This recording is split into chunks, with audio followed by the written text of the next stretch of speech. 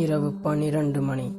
ஒரு பள்ளிக்கூடத்திலிருந்து பள்ளி மணி சத்தம் கேட்டால் அந்த பள்ளி 15 வருடங்களுக்கு முன்பே மூடப்பட்டிருந்தால், கிளாஸ் ரூமில் யாரும் இல்லாத நேரத்தில் போர்டில் தானாக எழுத்துகள் தோன்றினால், இன்னும் அதைவிட பயமா என்ன தெரியுமா?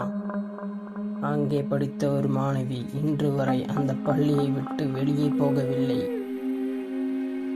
இது சாதாரணமான கற்பனை கதை இல்லை. இரவில் அங்கே போனவர்கள் திரும்பி வந்த சொன்ன உண்மை சம்பவம். இன்று நாம் பார்க்க போவது மூடப்பட்ட பள்ளியில் சுற்றித் திரியும் ஒரு குழந்தையின் ஆவி.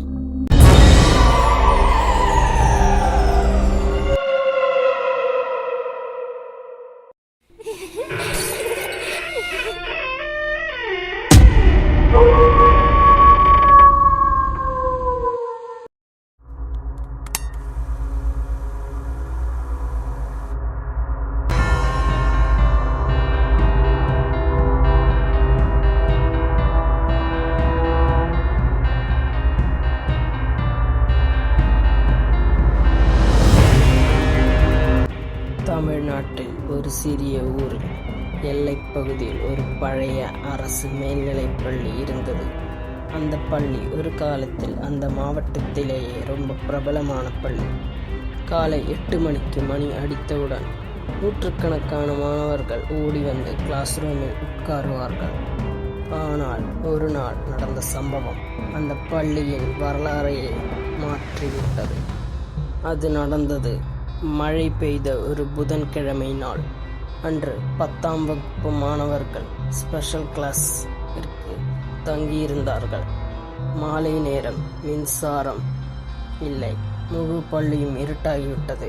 அந்த நேரத்தில் 10th B கிளாஸ் ரூமில் இருந்த நந்தினி என்ற மாணவி திடீரென்று காணாமல் போய்விட்டாள். முதலில் யாரும் அதை கண்டுக்கவில்லை. வீட்டிற்கு போயிருப்பாள் என்று நினைத்தார்கள். ஆனால் அவள் வீட்டுக்கே போகவில்லை. முழு இரவும் தேடினார்கள். அடுத்த நாள் காலையில்தான் அந்த பள்ளியின் பழைய சயின்ஸ் லேப் பக்கத்திலிருந்து ஒரு ஸ்டோர் ரூமில் அவளோட ஷூ மட்டும் கிடைத்தது. ஆனால் நந்தினி கிடைக்கவே இல்லை.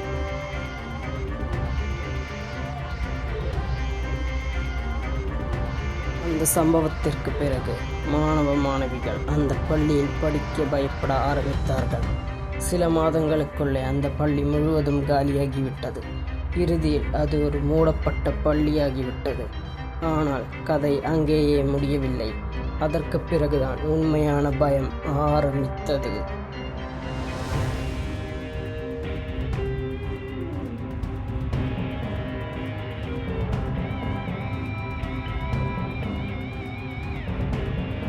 பள்ளி மூடப்பட்ட சில வாரங்களுக்கு பிறகு அந்த பகுதியில் இருக்கும் மக்கள் ஒரு விசித்திரமான விஷயத்தை கவனிக்க ஆரம்பித்தார்கள். ஒவ்வொரு இரவும் சரியாக 12:17 அந்த பள்ளியிலிருந்து பள்ளி மணி சத்தம் கேட்க ஆரம்பித்தது. முதல் சில நாட்கள் அது யாரோ ஏமாற்றுகிறார்கள் என்று நினைத்தார்கள். ஆனால் அந்த பள்ளி கதவு பெரிய சங்கிலியால் பூட்டப்பட்டிருந்தது. அதற்குள் யாரும் போக முடியாது. ஒரு நாள் அங்கிருந்த வாட்ச்மேன் சேகர் அந்த சத்தம் எங்கிருந்து வருகிறது என்று தெரிய இரவு அங்கேயே தங்க முடிவு செய்தார். 12 மணிக்கு பிறகு முழு இடமும் அமைதியாக மாறியது. 12:17 பள்ளி மணி தானாக அடிக்க ஆரம்பித்தது. சேகர் அச்சத்தோட ஆபீஸ் ரூமில் இருந்து வெளியே வந்தார். அவர் கையில் டார்ச் ஒன்று இருந்தது. முன்னாடி நீண்ட காரிடர் வழி அவர் நடந்து கொண்டிருக்கிறார். அந்த இருட்டில் ஒரு காரிடர் முடிவில் ஒரு வெள்ளை யூனிஃபார்ம் தரித்த ஒரு சிறுமி நின்றிருந்தாளாம். அவள் தலை அசையாமல் நின்று கொண்டிருந்தாளாம். சேகர் யார் நீ என்று கேட்டார். அதற்கு அந்த சிறுமி மெதுவாக தலையை தூக்கி அவளோட முகம் முழுக்க மண், கண்ணீர், ரத்தம் கலந்த மாதிரி. அடுத்து நடந்தது சேகர் வாழ்க்கையில் மறக்க முடியாத விஷயம். அந்த சிறுமி நடக்கல, தரையை தொடாம மெதுவா மிதந்து அவரை நோக்கி வந்தாள். சேகர் அங்கேயே மயங்கி விழுந்தார். அடுத்த நாள் காலை அவரை பள்ளி கேட் அருகே அன்கான்ஷியஸாக கிடந்தபடி கண்டுபிடித்தார்கள். அவர் ஒரே ஒரு வார்த்தை தான் சொன்னார், "அவை இன்னும் உள்ளேதான் இருக்கிறாள்." அதற்கு பிறகு அவர் அந்த வேலையை உடனே விட்டுவிட்டார்.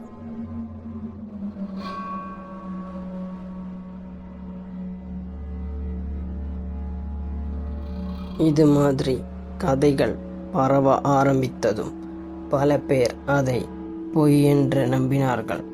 அதில் ஒரு யூடியூப் சேனல் நடத்துகிற 3 நண்பர்கள் அந்த பள்ளிக்கு இரவு சென்று அது உண்மையா இல்லையா என்று கண்டுபிடிக்க முடிவு செய்தார்கள். அவர்கள் பெயர் Aravind, Karthik, Ramesh. Camera, torch, mic எல்லாம் கொண்டு சென்றார்கள். ஒரு சனிக்கிழமை இரவு 11:40 மணி அந்த பள்ளிக்கு சென்றார்கள். கேட் லாக் ஆகியிருந்தது. அதை உடனே உடைத்துவிட்டு உள்ளே சென்றார்கள். அவர்கள் உள்ளே நுழைந்ததும் கேமரா எல்லாம் ரெக்கார்டாக ஆரம்பித்தது. டஸ்ட் நிறைந்த பெஞ்சஸ், உடைந்த ஜன்னல்கள், கரும்பலகையில் பழைய சாக் மார்க்ஸ். ஆனால் 10th B கிளாஸ் ரூமுக்கு உள்ளே போனதும் காற்றே இல்லாத இடத்தில் ஒரு நோட்புக் பக்கங்கள் தானாக பொருள ஆரம்பித்தது. அவர்கள் மூவரும் அதை கண்டு உறைந்து போனார்கள். அரவிந்த் அந்த கேமராவை க்ளோஸ்அப்பாக எடுத்தார். அந்த நோட்புக்கில் ஒரே ஒரு பெயர் மட்டும் மீண்டும் மீண்டும் எழுதப்பட்டிருந்தது, நந்தினி, நந்தினி, நந்தினி. அதை பார்த்ததும் கார்த்திக் உடனே வெளியே போகலாம் என்றார். ஆனால் ரமேஷ் அதை பிராங்க்னு எண்ணி அடுத்த பிளாக்குக்கு போவோம் என்றார். அவர்கள் சயின்ஸ் லேப் பக்கம் நடந்து சென்றார்கள். அந்த நேரம் யாரோ மேல் மாடியில் ஓடுற மாதிரி சத்தம். அவர்கள் டார்ச்சை மேலே தூக்கி போட்டார்கள். அங்கு யாரும் இல்லை. ஆனால் கேமரா ஆடியோவில் மட்டும் மெல்லிய குழந்தை குரல் ஒன்று ரெக்கார்டானது. "அக்கா, என்னை வெளியே கொண்டு போங்க." அதை எப்போ யாரும் கேட்கவில்லை. பின்னாடி எடிட் பண்ணும்போதுதான் அதை தெரிந்து கொண்டார்கள். அவர்கள் அடுத்ததாக சென்றது அதே பழைய ஸ்டோர் ரூம். நந்தினியின் ஷூ கிடைத்த இடம் அங்குதான். அந்த ரூம் கதவு சற்று திறந்திருந்தது. அதை தள்ளித்திருந்ததும் உள்ளே முழுக்க முழுக்க இருட்டு மட்டும்தான் இருந்தது. சுவர்களில் பழைய ஸ்கிராட்ச் மார்க்ஸ், மேலே உடைந்த ஃபேன், மண்ணில் சிறிய காலடி சுவடுகள், ஒரு குழந்தையின் ஃபுட் மார்க்ஸ் மாதிரி தெரிந்தது. அந்த ஃபுட் பிரிண்ட்ஸ் உள்ளே நுழைந்த மாதிரி இருந்தது. ஆனால் வெளியில் வந்த எந்த ஃபுட் மார்க்ஸும் அங்கே இல்லை. அங்கேதான் அவர்களுக்கு உண்மையான பயம் ஆரம்பித்தது.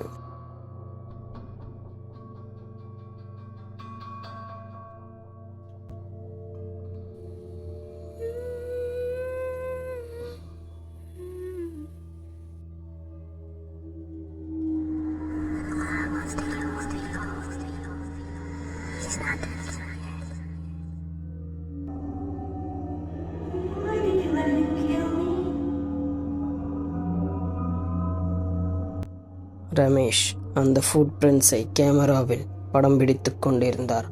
அந்த நேரத்தில் கதவு திடீரென்று மூடப்பட்டது. மூவரும் உள்ளே லாக் ஆகிவிட்டார்கள். அவர்கள் கதவை தள்ளினார்கள். ஆனால் அது திறக்கவே இல்லை. அரவிந்த் பயம் அதிகரித்தது. அந்த நேரத்தில் அதை அரை முழுக்க டெம்பரேச்சர் திடீரென்று குறைய ஆரம்பித்தது. மூச்சு விடும் நீராவி தெரிந்ததாக சொல்கிறார்கள். அதற்கு பிறகு அறையின் ஒரு மூலையில் மெதுவாக ஒரு சிறுமி உருவம் தோன்ற ஆரம்பித்தது.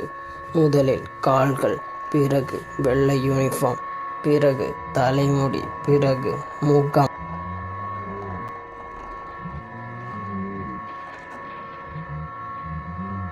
அது மனித முகம் மாதிரி இல்லை. கண்கள் முழுக்க கருப்பு, வாய் சிரிக்கிற மாதிரி, கிழிந்த மாதிரி, கன்னத்தில் கண்ணீர் கலந்த ரத்தம்.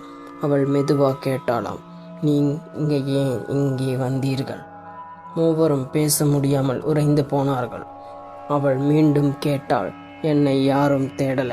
அதுக்கு பிறகு ரூமில் இருந்த கரும்பலகை சுவரில் தானாக சாக் மார்க்ஸ் தோன்ற ஆரம்பித்தது. அதில் எழுதப்பட்டிருந்தது, "I am still here."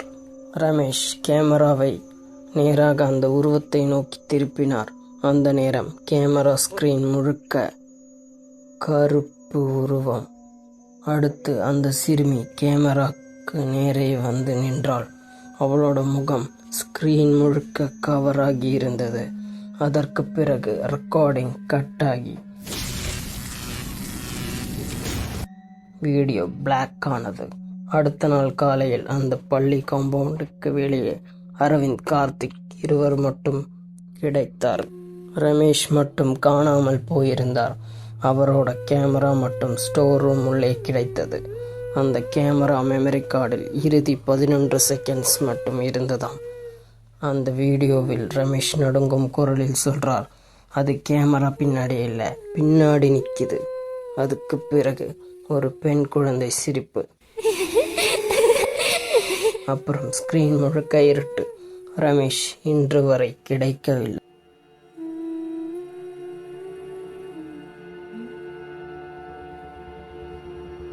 இந்த சம்பவத்திற்கு பிறகு அந்த பள்ளி சுற்றிய பகுதி முழுக்க மீண்டும் போலீஸ் பேரிகேட் போட்டார்கள்.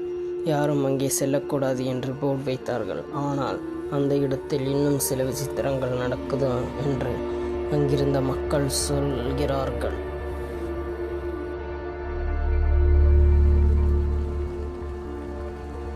ஒவ்வொரு வருடமும் மழை பெய்யும் ஜூலை மாதம் ஒரு புதன்கிழமை இரவு அந்த பள்ளி 10B கிளாஸ் ரூமில் மின் விளக்கு தானாக ஒளிரும். கரும்பலகையில் ஒவ்வொரு தடவையும் ஒரே ஒரு வார்த்தை தோன்றும், அட்டண்டன்ஸ். அதற்கு பிறகு ஒரு பெண் குரல், மெல்ல, நந்தினி. அதே குரல் கொஞ்சம் கோபமாக, ரசன் மிஸ். ஆனால் அந்த கிளாஸ் ரூமில் யாரும் இருக்க மாட்டார்கள். அப்படி என்றால் நந்தினி உண்மையிலேயே அந்த பள்ளிக்குள் சிக்கி இருக்காளா? அல்லது அவளுக்கு நடந்ததுக்கு பின்னாடி இன்னும் வெளிவராத ஒரு உண்மை இருக்கிறதா? அந்த பள்ளி சுவர்களுக்குள் இன்னும் யாரோ காத்திருக்கிறார்களா? நீங்க என்ன நம்புறீங்க? இது உண்மையா அல்லது இன்னும் யாருக்கும் புரியாத ஒரு அமானுஷ்ய இருளா? இந்த கதையை பார்த்த பிறகு நீங்கள் இரவில் பள்ளிக்கூடத்துக்கு அருகே போவீர்களா? உங்கள் பதிலை கமெண்டில் தெரிவியுங்கள்.